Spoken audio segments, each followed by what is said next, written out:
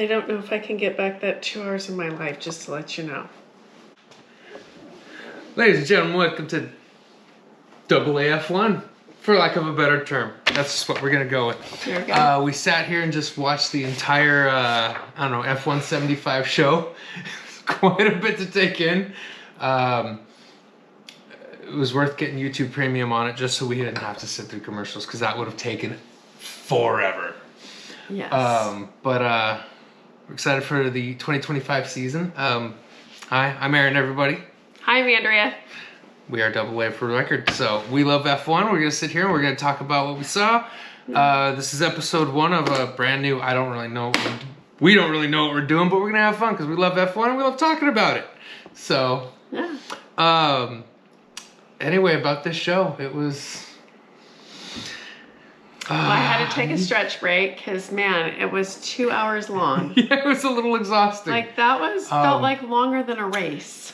It was, for the most part. Anyway. I'm right there with you, but at least races are about an hour and a half. I usually sleep through the middle of it. I see the beginning and the end, and this one I kind of stuck it out. Yeah, but I tried a new rule this season. So, for record, everyone, I did take notes with my hand and pen and paper because I'm an old person like that. Plus, it's just easier for me to pay attention and do stuff all. Let's start, I guess, with this opening. What'd you think of the opening? Do you know who GK is? No, like the whole opening, you couldn't even understand what they were saying or singing or I thought the lighting was cool, but as soon as the band came out, so MGK stands for Machine Gun Kelly. I don't know if you've heard that. Yes. They've been around a while. I genuinely do not care whatsoever. He was playing a cool guitar. It was a Paul Reed Smith. At that point, in the opening, I was very, oh no, this is definitely more entertainment oriented than race oriented, which is fine. I get it. I think it's kind of a ploy to maybe attract new viewers. I think that's why it was on Hulu, or not Hulu, on YouTube, not F1 TV. Yeah. So that kind of made sense to me. We're going after like a bigger market. I get it. Yeah. They're growing. The Netflix era is continuing. Although, word has it, this might be the last season of Drive to Survive. Don't really know. Not really a fan of it anyway, because we watch so much of it that we know which stories are being made up via Netflix. Even though they've cut back on that over the last couple of years. Neither here nor there. Opening was meh. It was cool. You got to start the show somehow. The monologue with the driver, team boss, and intros, pretty basic stuff. They brought in all the new guys, which is kind of fun. We'll get to the rookies here. We're going to go team by team. I figured out very early they were starting from 10th in the constructors and then going to the first. Mm-hmm. So first up we had Sauber their presentation took a little long. I was neither here nor there. That's the state car. You got to call it the state car. It has nothing to do with Sauber when you look at it. Well, yeah, I know. Team was Sauber and then Alfa Romeo. Now it's Kick Sauber or something. I'm not quite sure. I still think of it as Sauber. That's on me, everybody. But it is Team Kick F1 Racing, something like that. I don't know. You know better than I do. Like I always think that their car looks a little simple. But I kind of appreciated it this year. I liked this livery a little more than last year. Last year was a lot of lines. It was very boxy looking. Mm-hmm. Kind of little green toaster, for lack of a better term. But not really a toaster. It looked boxy. This one I felt was a little more sleek because of the green into the black fade. Thought that was kind of cool. The intro was cool. Yeah, intro's rad. Nico Hulkenberg looked fine. He's used to being there. Gabriel Bortoleto, he's the new guy. I don't know much about him yet. I'm excited to see what it is. He's the reigning F2 champion of last year. Mm-hmm. So they figured, hey, let's get some fresh blood in here. And I'm excited that they brought in a new guy. Seeing that Mattia Binotto was there definitely is like, Audi is definitely putting some people in place to see where they're going to go because they're taking over in 2026. It will no longer be that. It'll be Audi F1. Mm-hmm. So that's going to be kind of cool. I like the livery better than last year. Yeah, me too. Ultimately, that's what it was. As far as number 9 was Williams. We had Carlos Sainz, Alex Albon and James Vowles as team principal. I'm excited about Williams this year. I'm thinking the same. Yeah. The car livery looks very similar. Not a big difference. I know that it's Atlassian, which I had to look up what they did. They're an IT company that does data processing, etc., etc. Evidently, they own an app called Trello that I actually have on my phone. Didn't know they owned it. So kind of cool. There you go. The white suits look clean. The car looks kind of very similar as last year, but those white suits, they excellent. Yeah, they're good. And you are a fan of the Carlos's helmet that he brought out. It did look pretty cool. It did. So, yeah. But we're excited to see what Williams has. We hope they climb the ranks. Absolutely. They deserve it. They totally deserve it as a team. Next up, we have number 8. Number 8 was V-Carb. V-Carb. Visa, Cash App, Red Bull. Racing Bulls. What? Racing Bulls, whatever. I don't even know. So, it's Yuki Tsunoda, the infamous Yuki Tsunoda. Isaac Hadjar, one of the new rookies. He was second place, I believe, in F2 last year. And it came down to him and Bortoletto, I believe. And I think in the last race of the F2 season, Hadjar's car had a failure. And that was like one of the only reasons he lost it. Which, big heartbreak, but that's racing. But we're glad he's in Formula 1. Excited to see what he can do. Let's see how that team does this year. Yeah, the racing suits look very similar to last year, but that white livery, oh my.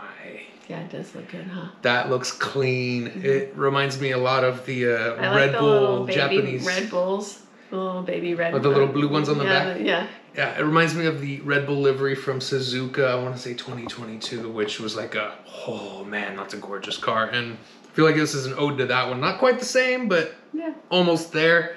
Yeah. Hoping they do some good things. It's going to be a hell of a bar fight for the midfield this year. Absolutely. And at least 2 out of the first 3 teams we saw have rookies in them. So we're going to see where this goes. After that, Kane Brown came out. You know who he is better than I do. I don't know who he is. Well, you know. You think I listen to country. You have like one song on a playlist somewhere. Holler if you're with me. I know that song. All right, fair enough.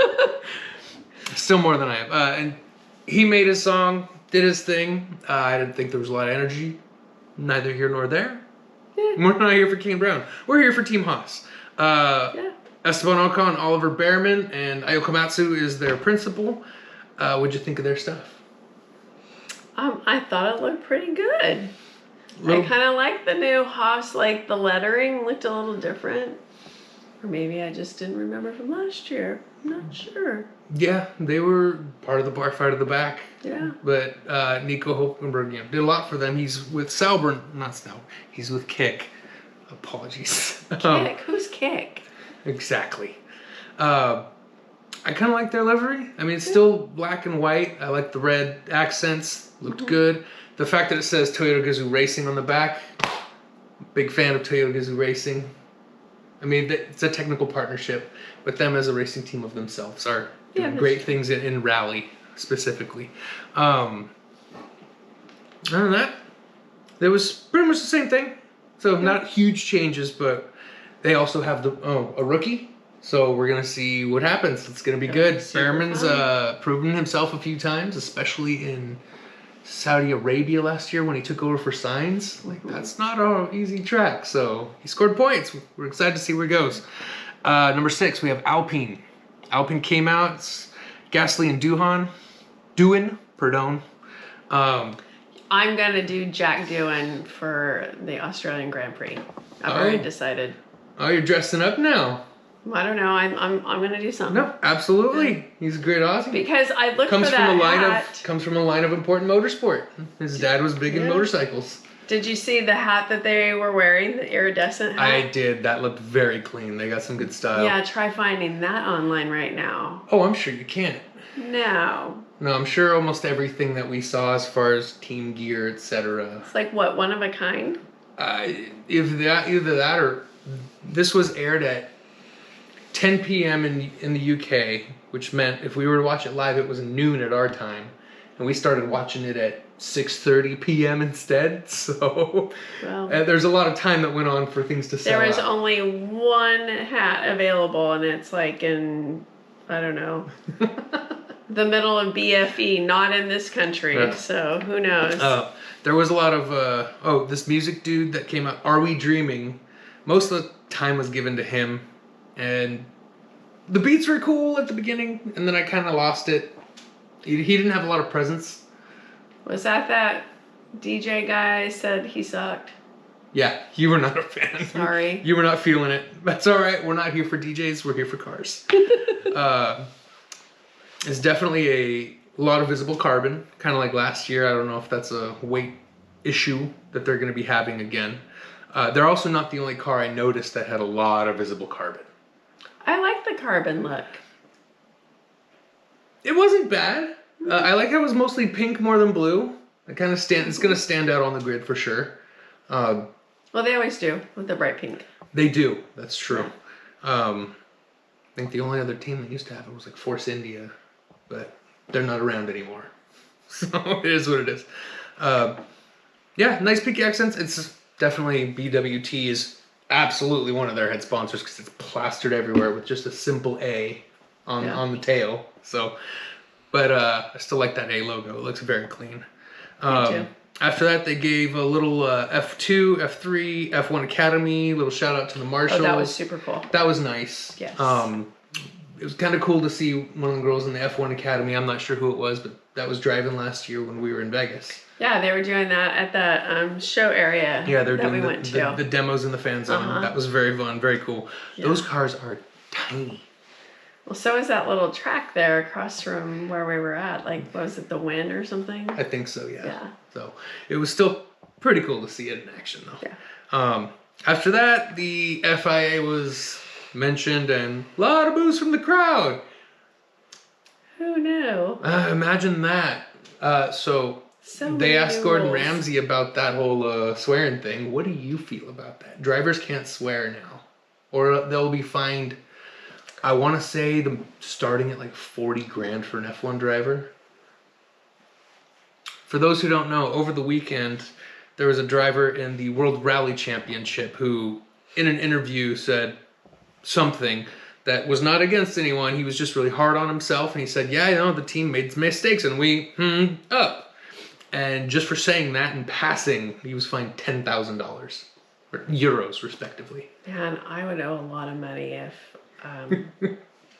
if you find me for cussing all the time. Yeah. And frankly, like, all those onboard cameras and everything is not technically was always meant to be for everyone to listen to, but the fact that we have the privilege to listen to it now, like on the app, is super cool. And if you're offended by that, I'm sorry. Yeah. It's just human nature. Like, that's their personality. Well, you know, like a lot of people say, when you're going 200 miles an hour and, you know, you're quite literally on the edge of space-time continuum at that point, it's nutty. I'd probably drop a few bad words. Same thing. The FI would have heard me this morning at work. It was a tough day. Yeah. I would have been fined $1 million probably by now. Anyway, we're going to move on. Number 5, Aston Martin. They came in with their James Bond kind of thing, coming in on boats. Yeah, each guy had their respective helmets, so you knew who was who, and the little animation with torpedoes, and then all of a sudden, like, jumping off of something. It was crazy cool, though. It was fun. Really dug the James Bond theme. Mm-hmm, that was kind of fun. When they came out, and they came out through the crowd with their helmets on and the suits, it was pretty slick looking. They sure did change awfully fast, though. Yes, they did. Yes, they did. Well, that's why they had that next little, almost like a Japanese anime style animation that was kind of cool. That showed the history of all the cars and the development therein. They did make a nice shout out to Le Mans within that. Huge Le Mans fan. Good stuff. All in all, the livery. The livery. Let's just get back to the livery. That's the reason why we watched that entire 2 hours. Absolutely. I feel like it looked like last year's. It kind of did.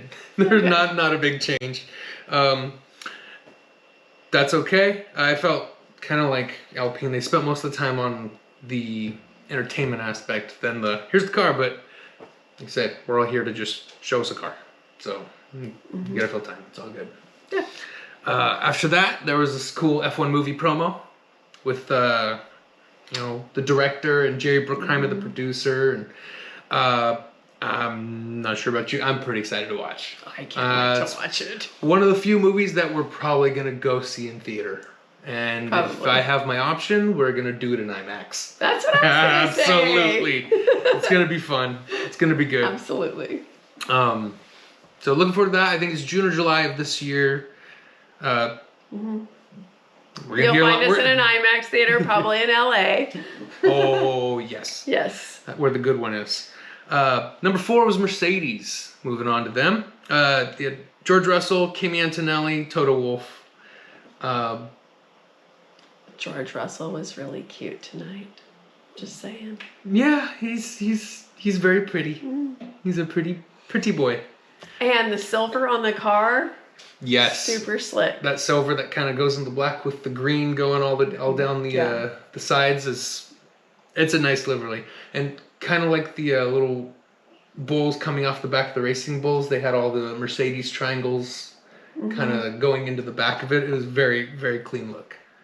The only thing about that is I looked at the Mercedes logo without the circle, and it reminded me of Polestar.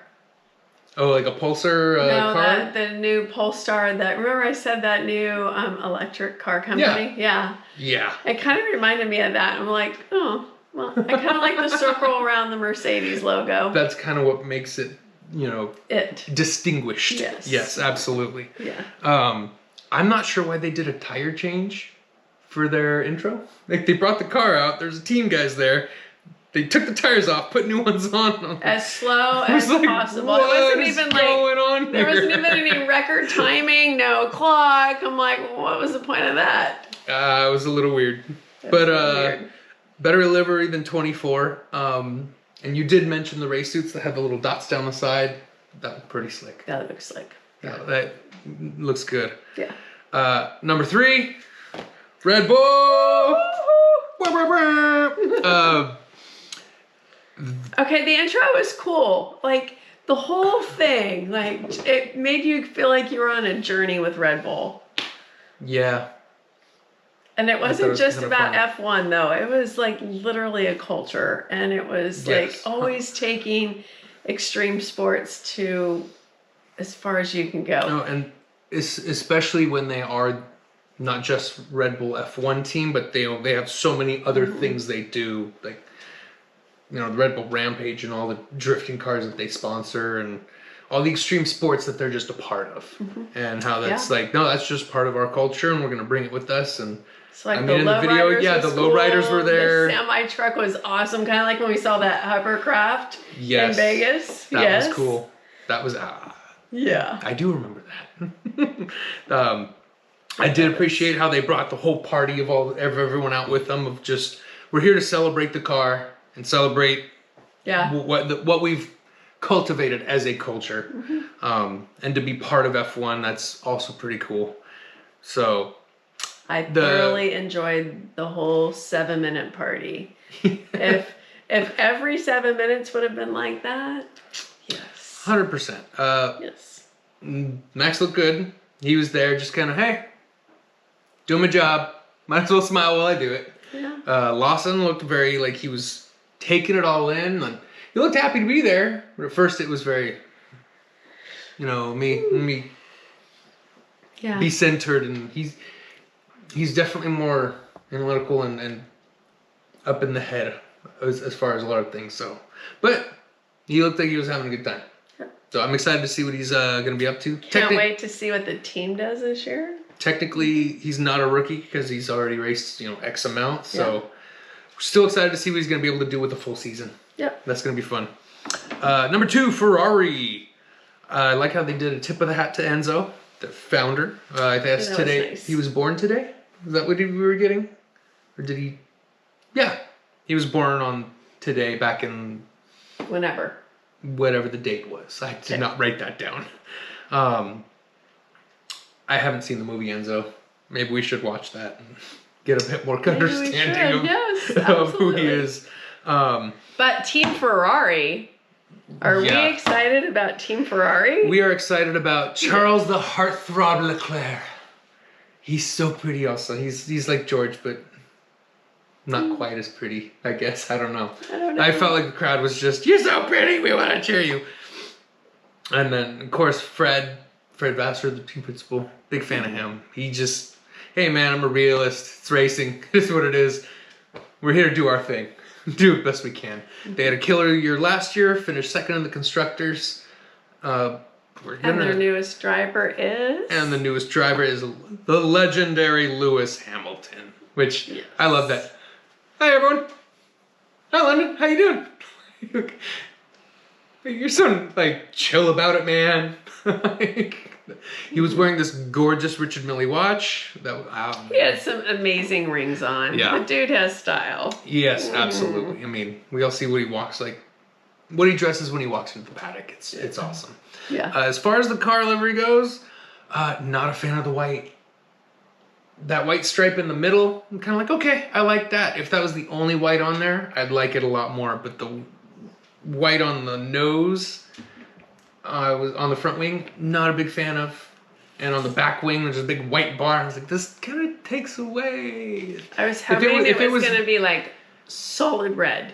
I was hoping for like a solid Ferrari red. I think we were all kind of hoping for it. That's their shtick. I mean, I wish they could have swapped out a little bit more of the, make the white black and then put white lettering over the black. I don't know. That's just me. Well, personally, if you look at all the cars, like Ferrari, they just have so many sponsors. Like they're running out of room.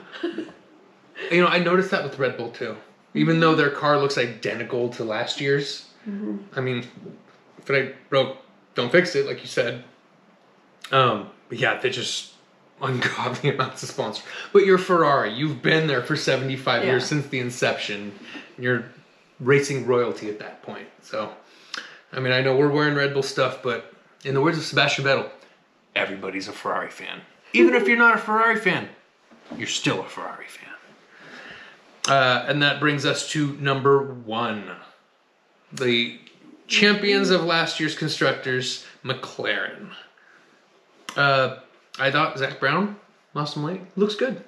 Yeah. Andrea Stella, one of my favorite team principals. He's very just calm, collected, very calculated. Even in everything he says, I can just kind of tell like he's one of my favorites. He's very good at what he does. And I think he's part of the reason that they've had this huge resurgence into success again.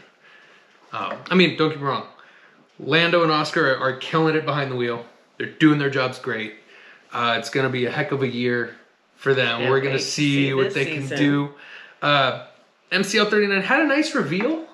I liked how they pulled back the thing themselves, not have the cable pull it up. I did not care for their livery though. There was a lot of exposed carbon. Oh, like the entire downwash of the tub. I was like, that's so... I thought it was cool looking. Now, mind you, everybody listening and or watching, I do understand that these are show cars for the most part, and they might not actually be the final livery. Right. So I do get that. So if there's one hair I had to split, it's just about all the exposed carbon. It might be a thing having to do with weight. It might be like that during the actual year, kind of like Alpine last year. They had a lot of exposed carbon because of the weight of the car. They couldn't put paint on it because it weighed it down. So I'm not sure where they're going with this, but well, there are new rules, right? Didn't they add like 2 kilos to the overall weight this year? Oh, you're right. I think they did. Yeah. Oh, that had to do with driver weights, a minimum driver weight. So some people might have to add a little ballast. We're gonna see. Did like their race suits for this year. Had that like slint down here, and it was orange on top and black at the bottom. Oh yeah, they look pretty clean, pretty fashionable, not too bad. All in all, I dug it. And then after that, that was the end of the show, and some more musicians came out and played. Like I said, I definitely thought it was more over for the entertainment value and purpose than, hey, let's go racing and talk about that. But, it's the beginning. They got to get everyone hyped so that we can, get excited for racing. So Personally, my top 3 liveries were V-Carb, because that white was just excellent looking. Mercedes, I like their car number 2. And then I have to put them on the list, but Red Bull was number 3, because if it ain't broke, don't fix it. So baby love. I would agree. I think... You get the same top 3, or what are yours? I did like Alpines this year. Okay. I didn't feel like it was so over the top pink. So I like the little breakup of the color on it. Okay. I love Mercedes. That's a good one. Obviously, my number 2. Obviously. And of course, I'm always going to be Team Red Bull. So there you go. Fair enough. Yeah. Well, I'm excited to see how they all look on track as well, because that'll totally change. Yeah, it totally changes the way it looks. Whole aspect of it. It's so funny because I was showing somebody a video and somebody says, well, how do you know whose that car is? I'm like, well, you just get to know what the cars look like. So that's very true. Yeah.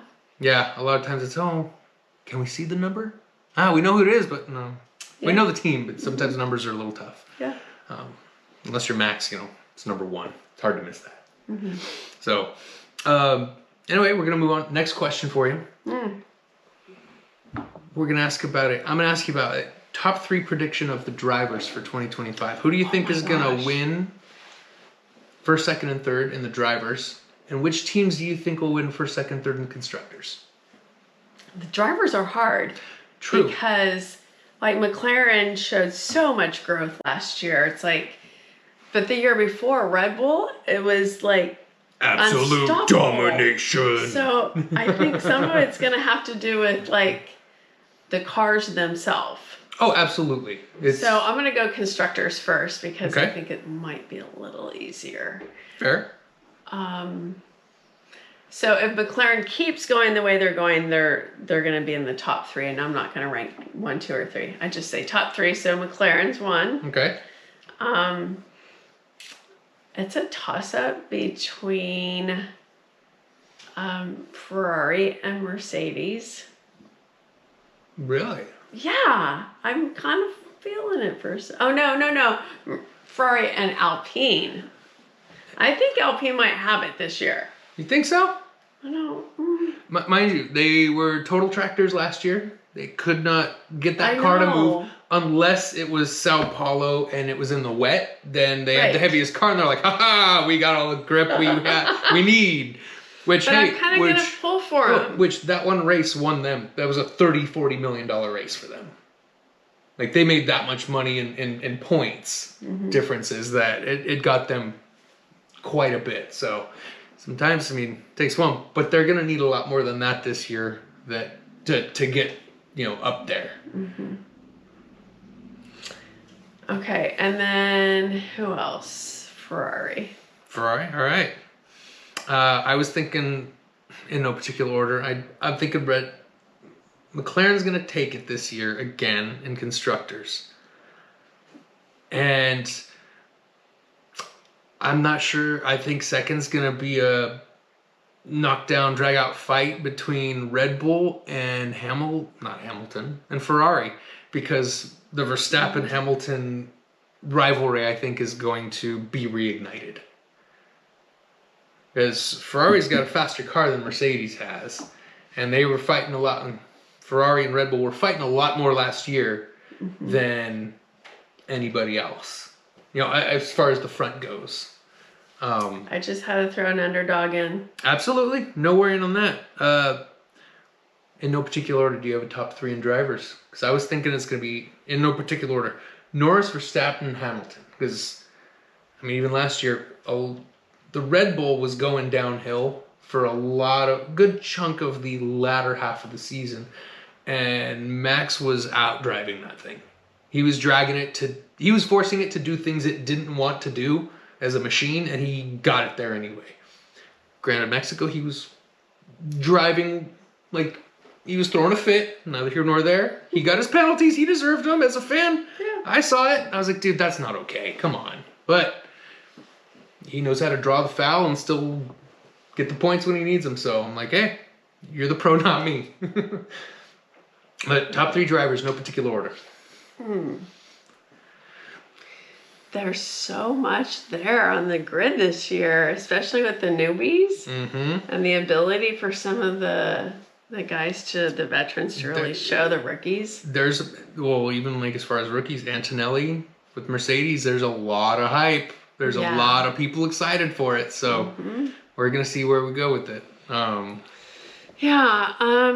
course, I'm always going to be Go Max. So Go Max. Max is, like his driving style has changed a little bit over the last couple of years, though. He has said in interviews that he does change his driving style depending on the car. But sometimes, like I said, he can just get that car to do things it doesn't want to do. And he's, completely one with his machine. It's amazing to watch.